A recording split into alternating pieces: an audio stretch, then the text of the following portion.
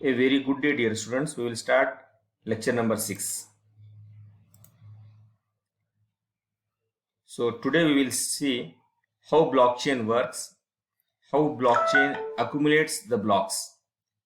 So this is very basic thing. You must know the basic architecture of the blockchain. As you all know, this is a series of blocks and each block is connected to the next block. So all information is stored in the block. So in the last class, we also learned this is the basic thing, that each block is connected to another block and we have got the transactions and the data. The first block is called the Genesis block, the mother block. And this information is stored, the previous information is stored in this block, and each block is connected to one another. So much more detailed structure of the block is given below. Every block has got its number, it has got its index, it has got a timestamp, it has got the data, it has got the hash and the previous hash. So in the next block, in the block number 1, so we can see this information of this hash still stored in the block number 1. So each block is connected to one another. This all is very much important to know how the blockchain works, and few more definitions we will see. So these are very important definitions. Addresses, what are these addresses? Addresses are unique identifiers used in a blockchain transaction to denote senders and recipient. An address is usually a public key or derived from a public key. While addresses can be reused by the same user, addresses themselves are unique. The next important term is transaction. Very often we come across this word transaction. A transaction is the fundamental unit of a blockchain. A transaction represents a transfer of value from one address to another. Next comes the very basic thing, that is a block. What is a block?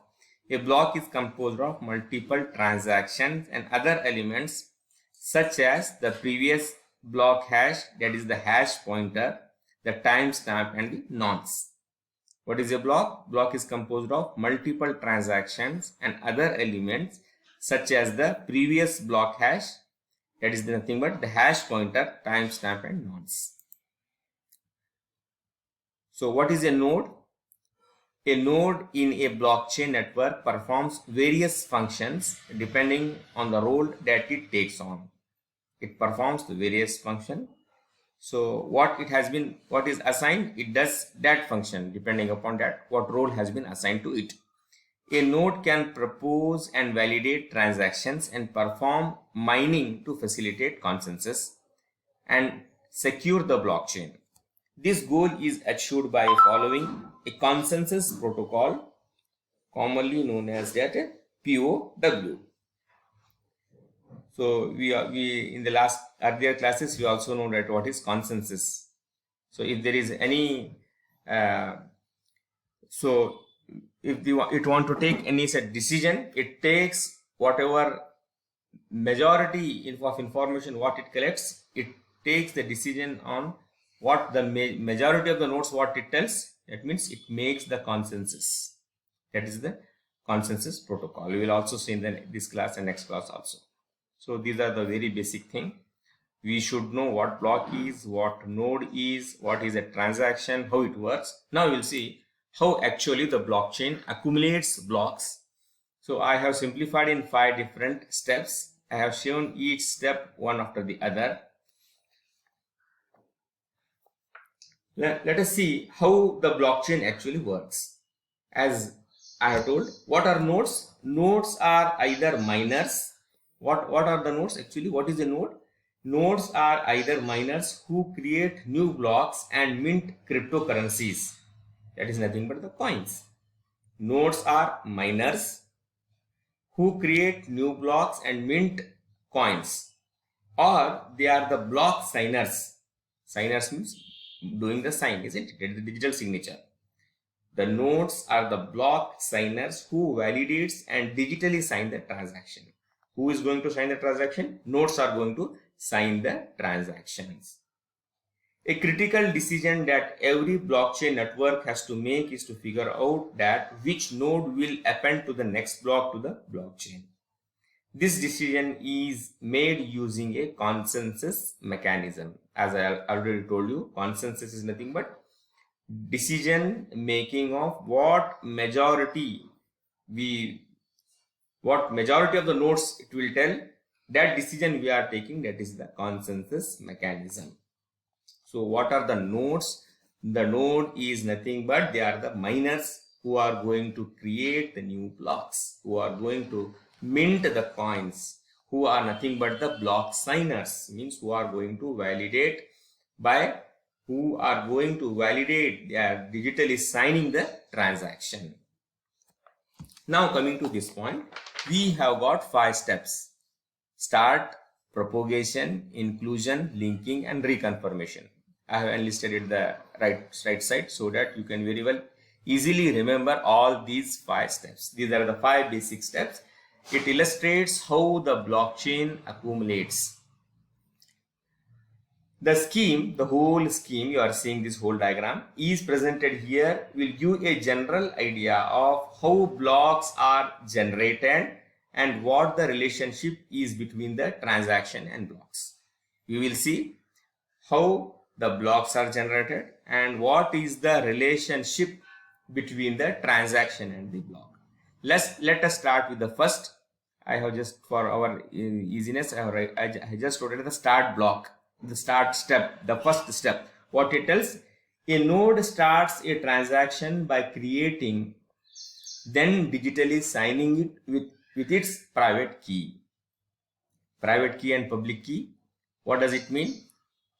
A public key is something like email address which I give to anyone so they can contact me. Private key is the password of that email ID that the owner has. So that is the private key. A node starts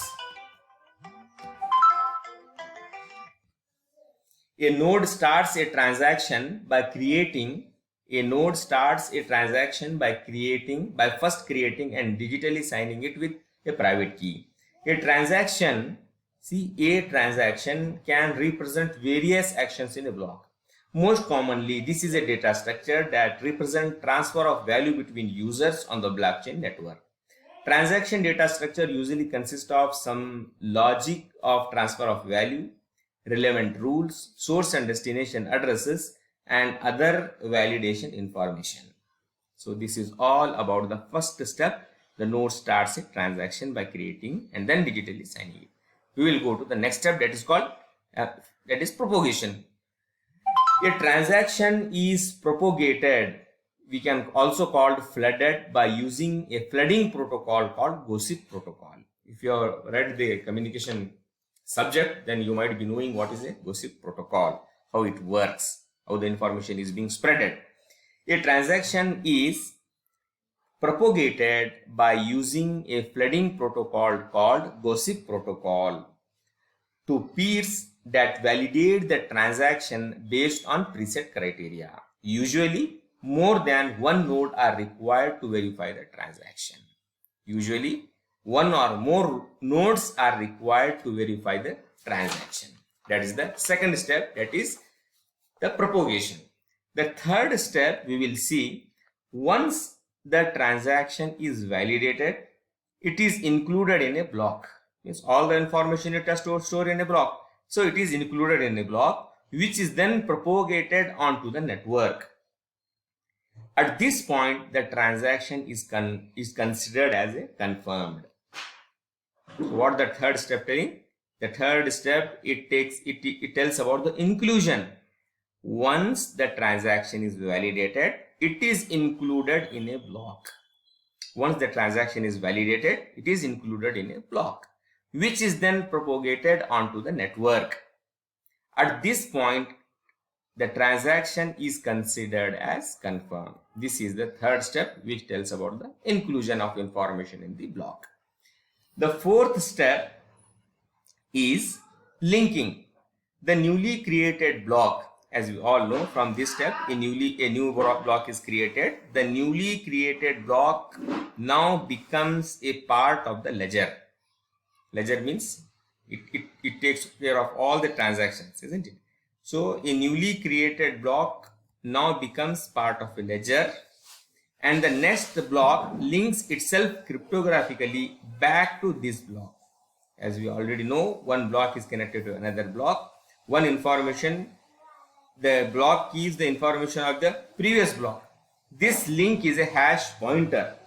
This link is nothing but it is a hash pointer. At this stage, the transaction gets second confirmation and the block gets its first confirmation. What is happening? I have just wrote here linking. So what is that linking? The newly created block now becomes a part of the ledger. New block has been created. Now it becomes a part of the ledger. And the next block links itself cryptographically, means it is using some hash. So hash script is being used. So itself cryptographically back into this block. This link is a hash pointer. This link is a hash pointer. At this stage, the transaction gets second confirmation and the block gets the first confirmation. So this is the linking. The last and the fifth step is reconfirmation. What it tells? Transactions are then reconfirmed every time a new block is created. See, that is very much required. So every time there should be a confirmation. No intruder should tamper the information or update the information. So these are the various steps which are taking care so that the system should be secured. Transactions are then reconfirmed every time a new block is created. Usually 6 confirmations in the Bitcoin network are required to consider the transaction final. So we will see how what are these 6 confirmations, so many things in the next classes. So these are the 5 different steps how a blockchain accumulates the blocks, how the block works, how the transaction works, what is the flow, and how actually the blockchain works. It starts from the node. There is a starting point. It starts from the node and then it propagates. Then inclusion will occur. Inclusion, that is the validation, and there is a proper linking between one block and another block. Finally, at the last step, they are going to reconfirm. Means reconfirm is there. Means whether the new block which is being attached, all that information is there or not. So usually it takes 6 confirmation to finally confirm that the information is intact and then blocks are being updated. That final step is the reconfirmation. Just for our easiness to remember, we can write this: start, propagation, inclusion, linking, and reconfirmation. These are the 5 basic steps. It is worth noting that the step 4 and 5, linking and reconfirmation, considered non-compulsory as the transaction itself is finalized in step 3. Here it is validated and it is included, isn't it? It is worth noting that the step 4 means linking and step 5 reconfirmation are considered non-compulsory as the transaction itself is finalized in step 3. However, block confirmation and further transaction reconfirms are required if they are required in some of the important operations. Then these 4 and 5 steps are very much important. What it tells? Every time it is not necessary for the step 4 and step 5, but for few applications we can have this linking and reconfirmation. So this all completes the basic introduction about the blockchain technology. So hopefully in the next class we will see about the benefits and limitations of this technology. That's all for the today's session. Thank you.